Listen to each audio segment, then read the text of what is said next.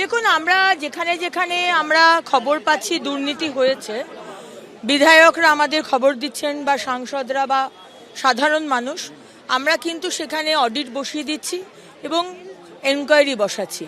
তাই আপনাদের মাধ্যমে বাংলার মানুষকে জানাতে চাই, আমাদের দপ্তরে আমরা একটি হেল্পলাইন নাম্বার শুরু করছি। সেখানে আমিও সপ্তাহে একদিন বসবো, কেএমসিতেও বসবো এবং হেল্পলাইন নাম্বার আমাদের দপ্তর থেকেও বসবো।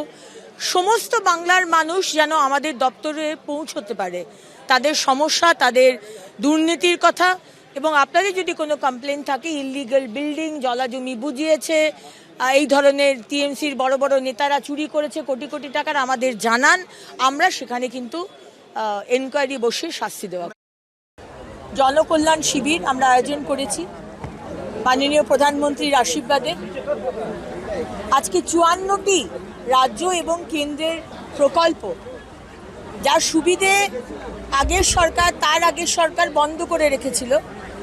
আজকে আমাদের নতুন সরকার আসার পর আগের সরকারের সুবিধে এবং কেন্দ্র সরকারের সুবিধে কাউকে বাদ দেওয়া হয়নি।